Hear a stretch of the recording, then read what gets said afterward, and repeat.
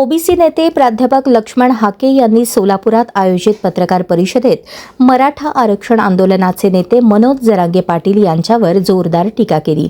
OBC आरक्षणाच्या मुद्द्यावर भूमिका मांडताना त्यांनी जरांगे पाटील यांच्या वक्तव्यांवर आक्षेप नोंदवला. राजमाता जिजाऊ आणि छत्रपती शिवाजी महाराज यांच्या प्रतिमांसमोर उभे राहून दुसऱ्यांच्या आईवडिलांबाबत तसेच त्यांच्या रंगरूपावरून अपमानास्पद भाषा वापरणे योग्य नसल्याचे हाके यांनी म्हटले. जशास तसे उत्तर द्यायला आम्हीही तयार आहोत असेही त्यांनी यावेळी सांगितले. यावेळी प्राध्यापक हाके यांनी भाजप आमदार प्रसाद लाड यांच्यावरही निशाणा साधला. ओबीसी आरक्षणाच्या प्रश्नावर सर्व राजकीय पक्ष आणि नेत्यांनी स्पष्ट भूमिका घ्यावी अशी मागणी त्यांनी केली. त्यांच्या वक्तव्यामुळे ओबीसी आणि मराठा आरक्षणाच्या मुद्द्यावर पुन्हा एकदा राजकीय चर्चा रंगण्याची शक्यता व्यक्त होत आहे. पण डिजिटल मीडियाच्या माध्यमातून जो 2000 सालानंतर जन्माला आलेला जो जेनजी म्हणलं जातं त्या युवकाला या सगळ्या गोष्टी कळत आहेत. मी आज नुसतं सोलापूरमध्ये येतो म्हणलं तर माझ्या सोलापूर जिल्ह्यामधले हर एक माणूस इथं आलेला आहे. इथं सगळी जबाबदार माणसं आहेत. तुम्ही आजपर्यंत आमचे हक्क अधिकार बहुजन बहुजन बहुजन म्हणला तुम्ही. बहुजनामध्ये आम्ही कुठं बसतो? बहुजनामध्ये ओबीसीला काय स्थान आहे? जे जवळकरांनी बहुजनांची चळवळ इथं आणली. बहुजनाच्या चळवळीमध्ये फक्त मराठ्यांनी लाभ घेतला. कारखाने फक्त मराठ्यांनी काढले. आमदार खासदार मंत्री मुख्यमंत्र्यापर्यंत खासदारापर्यंत देशातलं प्रतिनिधित्व फक्त मराठ्यांनी केलं. ब्राह्मणांची आम्हाला भीती घातली. असेल ही भीती ब्राह्मणांची भीती घातली आणि आता महाराष्ट्र वरबडून खाण्याचं काम मराठ्यांनी केलं. आणि आता आमच्या ताटातही आमच्या अनातही माती घालवण्याचं काम फुले शाहू आंबेडकरांचं नाव घेऊन परत आमच्या अनात माती घालवण्याचं काम ही लोक करतायत. आता 29 ऑगस्टला मनोज जरांगे पाटील जे आंदोलन करणार आहेत हाके सर, तर मग तुम्ही पण 28-29 तारखेला आपण पण उपोषण आंदोलन सारखं काय घेणार? बघा, आम्ही सामाजिक न्यायाची लढाई लढतोय. आम्ही कारखानदाराची पोरं नाही. आमच्या मागे एकनाथराव नाही. आमच्या मागे लाड नावाचा हरामखोर भामटा रिश्वतखोर नाही. आम्ही सर्वसामान्य कुटुंबामधली पोरं आहोत. आम्हाला पुढच्या गावात जायचं म्हणजे तर पुढे काय होणार आहे याची कल्पना नाही. आमच्या गाडीवर किती दगड पडणार आहेत याची कल्पना नाही. आम्हाला कुठं आमचा जीव घेणार आहेत का याची कल्पना नाही. पण थोडाफार संविधानाचा आणि थोडाफार सामाजिक न्यायाचा आणि थोडाफार रिझर्वेशनचा थोडाफार एक आयोगावर असल्यामुळं एक थोडासा ज्ञान घेण्याची आम्हाला संधी मिळाली. त्यामुळं जीव तिळतिळ तुटतोय. पण ओबीसी बांधव झोपलेला आहे. या ओबीसी बांधव निश्चित सायलेंट व्हॉइस आहे. हा ओबीसी बांधव ज्या दिवशी उठेल आणि राजकारणाची बात बोलेल, काय बोलला त्या दिवशी म्हणजे जरांगे एकनाथराव शिंदेला आणि दादांना, स्वर्गीय दादांना, की दादा आणि एकनाथराव शिंदे साहेब, आम्ही तुम्हाला मराठी म्हणून मतदान दिलं. आम्ही मराठ्यांनी म्हणजे मराठ्यांना मतं देणार आणि ओबीसीला देणार नाहीत. मग ओबीसीनी ठरवलं तर ओबीसी आणि SC ST ठरवलं तर मराठ्यांना मतं देत असतील तर ओबीसी इथून पुढच्या काळात ओबीसी नो तुम्ही ओबीसीला मतदान करा. बघूया महाराष्ट्र कुणाचा आहे. येणाऱ्या भविष्य काळात त्यांच्यावर बाबतीत काय निर्णय आपण समाज माध्यम म्हणून संविधान घेणार? मी सर्व ओबीसीचे जी काही सब कमिटी आहे त्यांच्या अध्यक्षापासून जेवढे मंत्रिमंडळातले सदस्य आहेत तुम्ही बोला. आज रोजी आरक्षण गेले नाहीतर असं तरी सांगा, पुढे येऊन एखादी प्रेस घ्या. महाराष्ट्राच्या ओबीसीच्या सब कमिटीनं एखादी प्रेस घ्यावी आणि सांगावं की ओबीसी आरक्षणाला धक्का लागलेला नाही. हाके बडबडतोय, हाकेच्या डोक्यावर परिणाम झालाय. किंवा ओबीसीचे जे काही कार्यकर्ते चळवळ करतायत गावगाड्यामध्ये त्या लोकांच्या डोक्यावर परिणाम झालाय. सांगून टाका एकदाच. उठसूट कुणालाही प्रश्न विचारला, ओबीसीच्या आरक्षणाला धक्का उदयचे सामान कसा धक्का लागला नाही सांगा बरं तुम्ही एकदा आम्हाला. मुख्यमंत्री महोदय कसा धक्का लागला नाही? लाड तू काय बोलला की लक्ष्मण हाकेनी भाऊ म्हणून माझ्याकडे यावं. ओबीसी, अरे तू आहे कोण? तुझं या आरक्षण पॉलिसी मधलं नॉलेज किती? आणि म्हणे ह्याच्या मागं किती माणसं आहेत आणि हा कुठं निवडून आलाय? विखे म्हणतो काय हा कुठं निवडून आलाय? मग मनोज जरांगे निवडून आलाय का? कुठं निवडून आलाय तो? माझी या महाराष्ट्रातल्या सगळ्या लोकांना विनंती आहे, ओबीसी कडं तुम्ही अनुलेखानं मारताय. अनुलेखानं ओबीसीच्या एखादा कार्यकर्ता बसला मेला काय झालं काय काही देणं घेणं नाही या लोकांना. आणि ओबीसीची माणसंही. मला एक सांगा, भाजपचा ओबीसीचा सेल प्रमुख कोण आहे महाराष्ट्रातला? काय करतोय? निवडणुका लागल्यावर तुम्ही आमची मतं घ्यायला येणार? काँग्रेसचा ओबीसी सेलचा प्रमुख कोण आहे? कुठं आहे तो? निवडणुका लागल्या की गळ्यात गमजा घातला की तुम्ही आमच्या वाड्यावर वस्त्यावर तांड्यावर ओबीसीची मतं मागायला येणार? ओबीसीचं आरक्षण राहिलंय काय, संपलंय ते सांगा. राष्ट्रवादीचा ओबीसी सेल प्रमुख कोण आहे? एकनाथरावजी शिंदेच्या शिवसेनेमध्ये ओबीसी भटक्यांची आघाडी बनली. तिथले ओबीसीचे कार्यकर्ते नक्की काय करतायत? गेलंय ओबीसीचं आरक्षण गेलंय, कारण मराठा समाजाच्या कॉम्पिटिशनला तुम्ही उतरू शकत नाही. तुम्ही उतरू शकता पण तुम्हाला तिकीट मिळणार नाही, कारण ह्यांना गावातल्या पोलीस पाटलापासून सरपंचापासून आमदार, खासदार, मंत्री, मुख्यमंत्री आणि काय हो, मी एक कार्यकर्ता आहे, मी इथं कोणाची बाजू अजिबात मानायची नाही मला, पण देवेंद्र फडणवीसांवर ब्राह्मण म्हणून जर तुमचा राग असेल, तो राग आम्हा ओबीसीवर काढताय तुम्ही. मनोज जरांगेला उभं करून फिडिंग करून महाराष्ट्रातलं वातावरण कलुषित करा. आपण मारताय कुणाला? त्रास कुणाला देताय? ओबीसींना. मला वाटतंय हे महाराष्ट्रातलं राजकारण हे पुरोगामी महाराष्ट्राचं नाही. इथून पुढच्या कालावधीमध्ये जो कोणी फुले शाहू आंबेडकरांचं नाव घेईल, माझी मराठा समाजामधल्या ज्येष्ठ विचारवंतांना विनंती आहे, न्यायमूर्ती पी.बी. सामंतांचं जजमेंट तुम्ही एकदा ऐका. बी.जी. कोळसे पाटील साहेब, शरदचंद्रजी पवार साहेब, या सगळ्या ज्येष्ठ नेत्यांना माझी विनंती आहे, मराठा समाज जर ओबीसी मध्ये उतरला तर मूळ ओबीसी मराठा समाजाबरोबर स्पर्धा करू शकतो का? तुम्ही तिकीट देणार का? अरे नैतिक जबाबदारी म्हणून तरी तुम्ही ओबीसीच्या जागेवर ओबीसीच्या माणसाला तिकीट द्यायला पाहिजे होते. त्यामुळे इथून पुढच्या कालावधीमध्ये ओबीसीचा नक्की विचार करा. या वर्षभरात ओबीसीचे प्रलंबित आहे, म्हणजे प्रांत अधिकारी आणि हे जात पडद्याच्या अधिकाऱ्यांची जेव्हा हे घेतला त्यांनी स्टेटस घेतलं सगळं, तर 5,500 दाखले अजूनही ओबीसीचे प्रलंबित आहे. तर तुम्ही असा राज्यभरातला काय आढावा घेतलाय का? ओबीसीचे किती दाखले आपल्या स्तरावर प्रलंबित आहे? हे बघा, महाराष्ट्रामध्ये आमचा एक डोंगरामध्ये राहणारा कोळी, महादेव कोळी, त्यांचा अजून प्रश्न मिटला नाही. त्यांना अजूनही दाखले काढायचे म्हणत तर भटक्या विमुक्तामधला माणूस जर त्यांना अर्ज दाखल केला त्याला 6 महिने काही त्याला मिळूच शकत नाही दाखला. अशी आजही परिस्थिती आहे.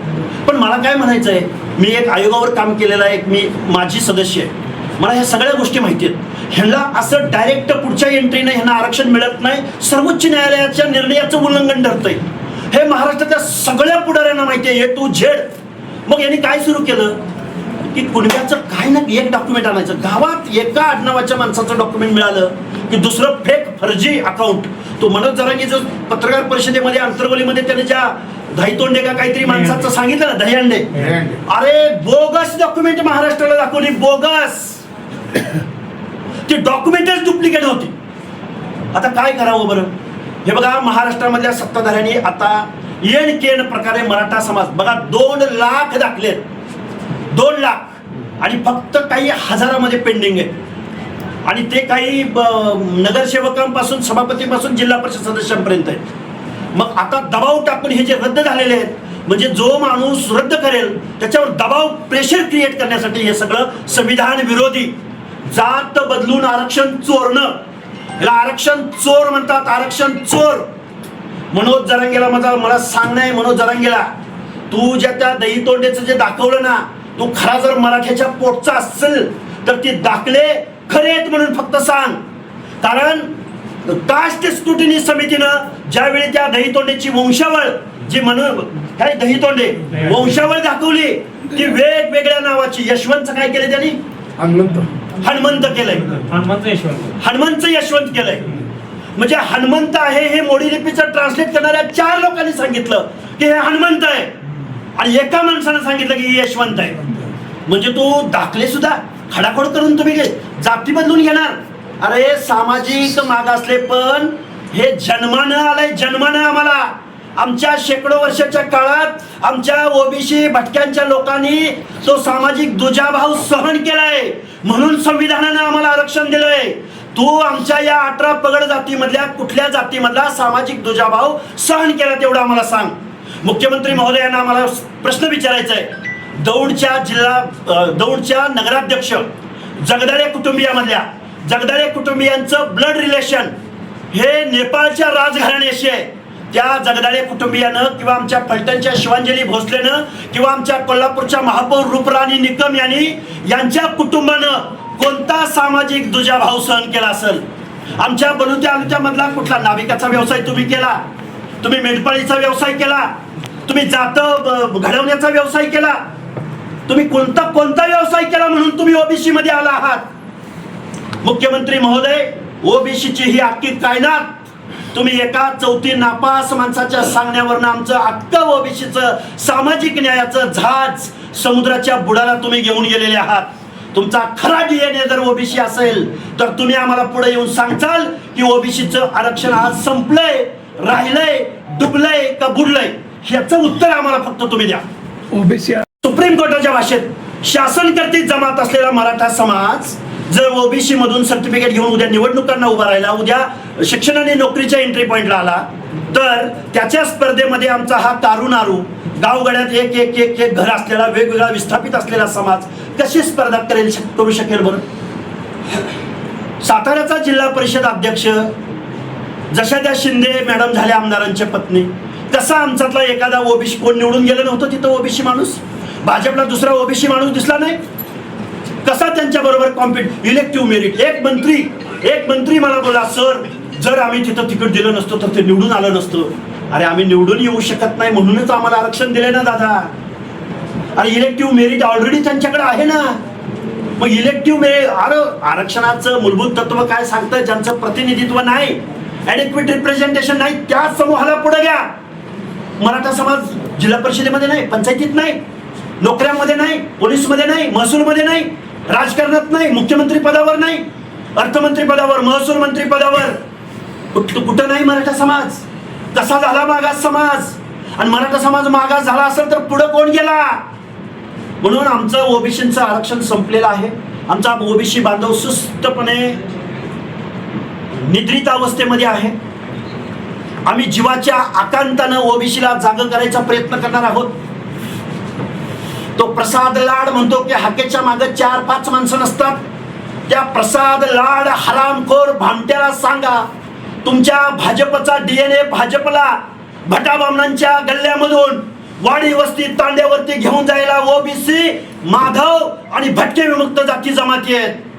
मुख्यमंत्री महोदय, या तुमच्या रिश्वतखोर आणि तुम्ही ज्या सगळ्या नोकऱ्या त्याच्या हवाली केलेत, अरे 25,000 रुपयापासून 1.25 लाखापर्यंत याच्या कंपनी मार्फत त्या बेरोजगारांना पगार दिला जातो.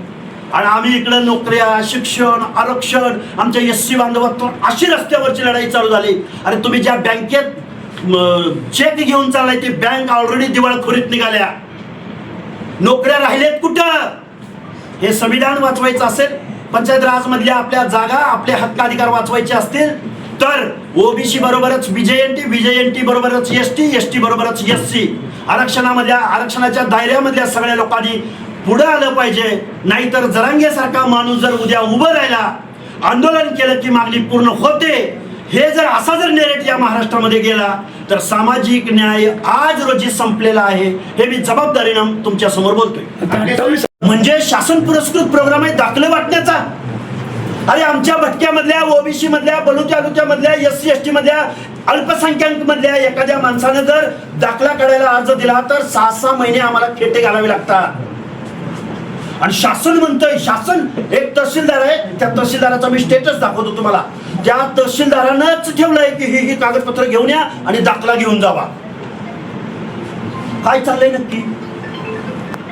मुळात नोकऱ्या पर्याप्त प्रतिनिधित्व नसेल तरच रिझर्वेशन मिळतं. ही बेसिक लाईन आहे, बेसिक.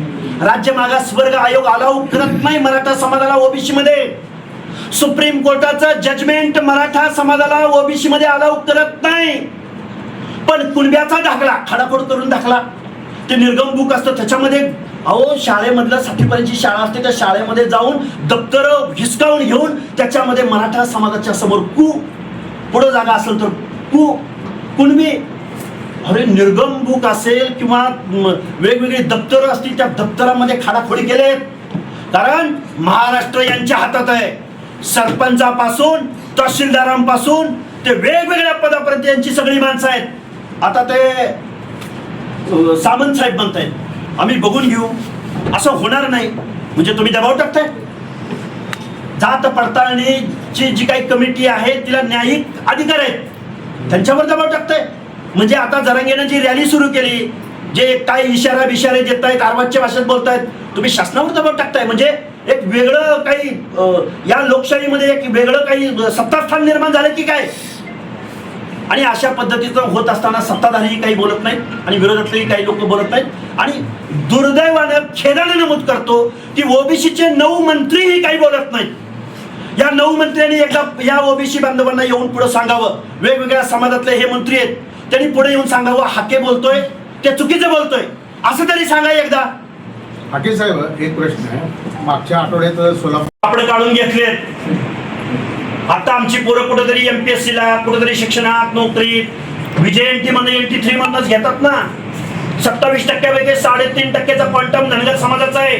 मी एक मेंढपाळाचं पोरग आहे, धनगराचं पोरग आहे.